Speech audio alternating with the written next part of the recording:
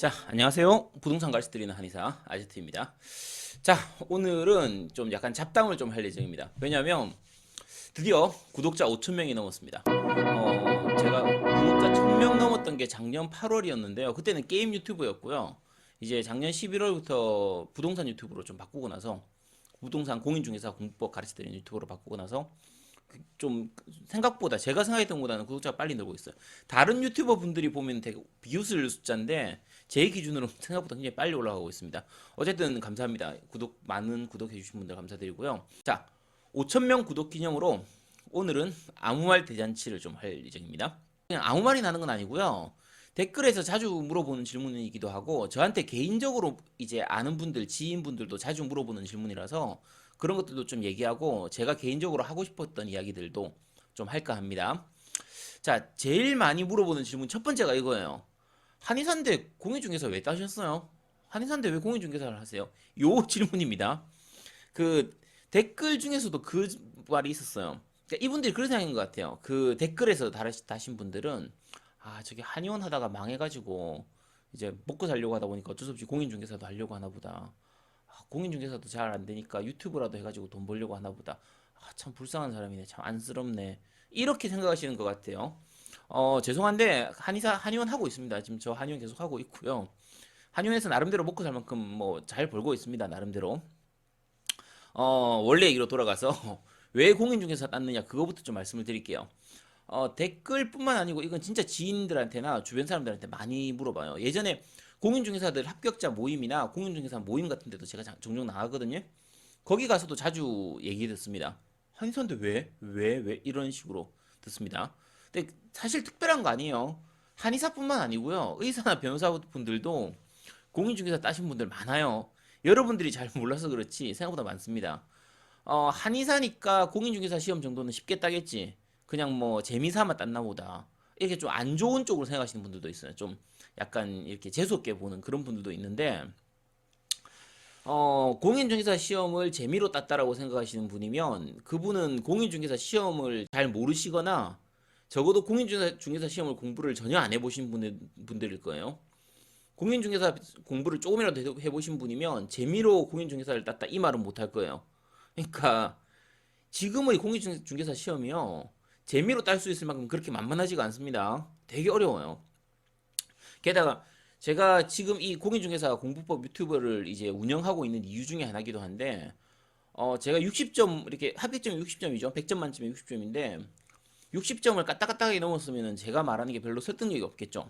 저 같은 경우에는 이제 그 짬짬이 공부해가지고 80점 이상 이란 말이에요. 평균 점수 84점, 85점 그 정도 가까이 되는데 85점 조금 안 됩니다. 근데 굉장히 점수가 높은 편이에요. 그 정도 점수를 재미로 공부해서 딸 수 있느냐?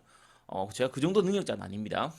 그러니까 공인중개사를 시험을 재미로 땄다 이렇게 얘기하시는 분들이면 그거는 공인중개사 시험을 진지하게 공부하시는 분들한테는 진짜 모욕적인 얘기예요. 그러니까 이런 얘기가 되는 거예요. 누군가는 재미로 딸 수 있는 시험인데 니네들은 그렇게 기를 쓰고 공부해가지고도 시험 못 붙냐? 니네들 바보냐? 거의 그렇게 모욕하는 거나 마찬가지예요. 그 재미로 땄다라고 생각하시는 분들은 제가 재미로 따진 않았습니다. 그러니까 저 같은 경우에 2017년도에 이제 합격을 했는데 2017년도 1년 동안 대략 하루에 약 서너 시간 정도씩을 꾸준히 공부를 했고요. 주말이나 휴일에는 많이 공부할 때는 하루에 한 10시간, 12시간씩도 공부를 했습니다. 그러니까 그렇게 하니까 나름대로 좋은 성적이 나왔죠. 근데 이 정도의 공부를 재미삼아 한다? 재미삼아 할 거면 놀고 말지 게임을 하든지 뭐 나가서 놀지 뭐하러 재미삼아 공부를 합니까? 그죠? 자, 재미삼아 공인중개사 시험 치는 거 아닙니다. 공부가 그렇게 만만하지가 않아요. 사람들이 잘 모르고 있는 부분인데요. 의외로 의사나 한의사, 뭐 변호사라든지 뭐 대기업 다니시는 분들 아니면 공무원 하시는 분들 있죠. 공무원 같은 경우에도 이제 퇴직이 있으니까 은퇴하시고 나서 그 뒤에 하려고 하는 그런 분들도 있고 해서 여러 가지로 그런 분들 중에서 공인중개사 시험을 쳐서 합격을 하거나 좀 공인중개사 시험을 준비하고 있거나 이런 분들은 많습니다. 굉장히 많아요. 그럼 그 많은 분들이 왜 그 공인중개사를 따려고 하느냐라고 하면요. 물론 현실적으로 그런 것도 있어요. 공인중개사 시험이 사실 이런 쪽 중에서는 좀 쉬운 편에 들어가긴 합니다. 상대적으로.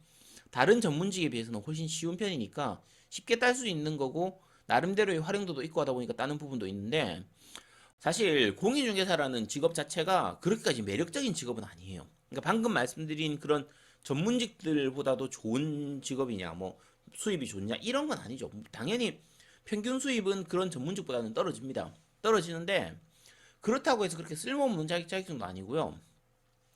단순하게 뭐 동네 부동산 조그만하게 한다 이렇게 하려고 따시는 분들은 그러니까 방금 말씀드린 그런 분들 중에서는 많이 없어요. 대부분은 좀 크게 보고 길게 보고 따두시는 거예요. 그러니까 저 같은 경우에도 마찬가지고 제 친구들 중에서도 이제 공인중개사를 딴 사람들이 있는데 보통 좀 여러 명이서 같이 해가지고요. 중개법인 같은 거를 만들어서 예를 들면 저 같으면 전국구로 뭐 병원 전문, 병원 거래하는 그런 거 전문 중개하는 법인 이런 거를 만든다든지 이런 거 운영하는 걸 좀 생각을 하고 있거든요. 그래서 좀 크게 보고 하는 편이에요. 그러니까 공인중개사가 단순히 동네에서 공인중개사 하는 것만이 아니라 여러 가지 그 갈 길들이 많아요. 그리고 공인중개사를 공부하는 과정에서도 뭐 민법이라든지 세법이라든지 공법이라든지 이런 것들을 공부해 두면 경매를 한다거나 뭐 재개발 재건축 같은 거에 투자를 한다거나 뭐 토지에 투자를 한다거나 이런 부분들에서 기본적인 지식들을 얻을 수 있어요. 그래서 굳이 공인중개사 자격증을 못 따더라도 따면 좋고 못 따더라도 일단 공부해 둔 것만으로도 나름대로 도움이 됩니다. 그래서 여러 가지 부분에서 좀 도움이 돼요. 그러니까 물론 이제 공인중개사 같은 경우에는 법적으로 직접 투자는 불가능하죠. 근데 사실 편법으로 많이 하잖아요. 그리고 공인중개사가 되고 나면 여러 가지로 투자를 위한 정보를 얻기에는 좋아요. 그래서 그러니까 투자를 하기 위해서 공인중개사를 딴다 이건 아니에요. 그건 아닌데 그거는 뭐 사실 투자를 위해서 공부를 해야죠. 근데 투자를 위한 여러 가지 정보를 얻기 위해서는 그나마 좀 유리한 부분들이 좀 있습니다. 공인중개사 채널이라든지 공인중개사의 커뮤니티가 있기 때문에 그래서 따둬서 나쁠 건 없는 자격증이거든요. 그리고 공부해둬서 나쁠 게 없는 부분이라서 그러니까 그런 이유로 공인중개사를 따는 거고요. 저 같은 경우에도 마찬가지입니다. 제가 투자를 하는데 도움이 되는 부분도 있고 나중에 공인중개사 쪽으로 해가지고 좀 크게 보고 그런 부분들도 좀 있고요. 사실 더 개인적인 이유를 말씀드리면요. 지금 앞에 얘기한 거하고 조금 다른 부분인데 제 같은 경우 2017년도의 제 목표가 공인중개사 자격증을 따는 거였어요. 그러니까 저는 지금 한 20년 정도 이상 이렇게 이걸 이어오고 있는데 뭐냐면 매년 한 가지씩 목표를 정합니다. 매년 한 가지씩요. 그러니까 크게 많이 정하면 안 됩니다. 딱 한 가지만 정합니다. 그러니까 목표라고 해서 그게 아주 거창한 건 아니고요. 되게 심플해요. 뭐 해외여행을 간다. 유럽 여행을 간다. 아니면 뭐 운전면허를 딴다. 아니면 뭐 일본어 공부를 해가지고 뭐 일본어 자격증 시험을 친다든지 뭐 1년 동안 책을 100권을 읽는다. 뭐 아니면 제가 전문 분야에서 이제 의학 분야 이쪽인데 뭐 실의학수 공부를 한다든지 뭐 AK 공부를 한다. 추나 공부를 한다. 이런 거 수료를 하는 그런 과정이 있거든요. 좀 오래 걸려요. 1년을 거의 다 투자해야 되는 정도의 시간이 걸리기 때문에 그런 식으로 좀 그런 부분들을 공부한다 이런 식으로 해가지고 매년 한 가지씩 목표를 정합니다. 그게 2017년도 같은 경우에는 공인중개사 자격증을 따는 게 목표였고요. 2018년도 작년 같은 경우에는 유튜버였어요. 유튜브 구독자 1000명 모으는 게 작년 목표였습니다. 그래서 작년 한 8월쯤인가 아마 1000명이 됐었던 걸로 기억해요. 근데 유튜브 구독자 같은 경우에는 사실 처음 목표는 이제 처음은 원래 게임 유튜브 채널이었는데 이게 어쩌다 보니까 작년 말부터는 이게 공인중개사 채널로 바뀌어 버렸는데 뭐 지금은 변경 이후에 5,000명까지 늘었으니까 네 감사합니다. 매년 목표를 연말쯤에 세워둬요. 한 10월, 11월쯤 세워두는데 올해 목표는 원래 목표는 유튜브 구독자 10,000명을 모으는 거였어요. 근데 이게 생각보다 제가 생각했던 것보다는 좀 작년 11월부터 급속도로 좀 구독자가 늘고 있어가지고 그래서 요거는 그냥 따로 목표를 안 세워도 달성할 수 있을 것 같아서 그건 취소하고 개인적으로 제 올해 목표는 체중을 15kg 빼는 거예요. 제가 올해 현재 체중이 95kg거든요. 그래서 80kg까지 뺄 예정입니다. 15kg를 뺄 예정인데 뭐 과연 성공할지 어떨지는 뭐 알 수 없죠. 봐주시기 바랍니다. 이렇게 이런 식으로 매년 목표를 정하는 이유가 뭐냐면요. 매년 뭐라도 좀 남기고 싶어서요. 그러니까 우리가 다들 비슷하실 텐데 매년 해마다 연말이 되면요. 올해 뭐 했지? 이렇게 생각하거나 아니면 돌이켜서 생각해 보세요. 2016년도쯤 생각해 보세요. 2016년도에 우리가 뭐 했지? 내가 뭐 했지?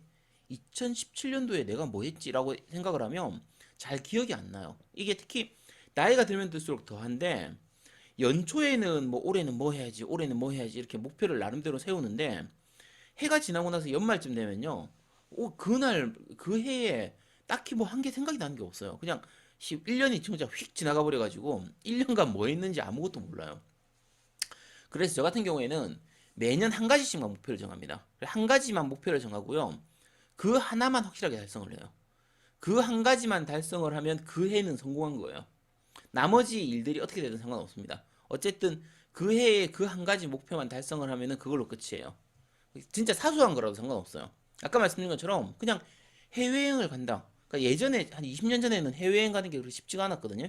그래서 그의 목표가 해외여행 가는 거였습니다. 예, 갔죠. 갔다 오는 걸로 끝이었어.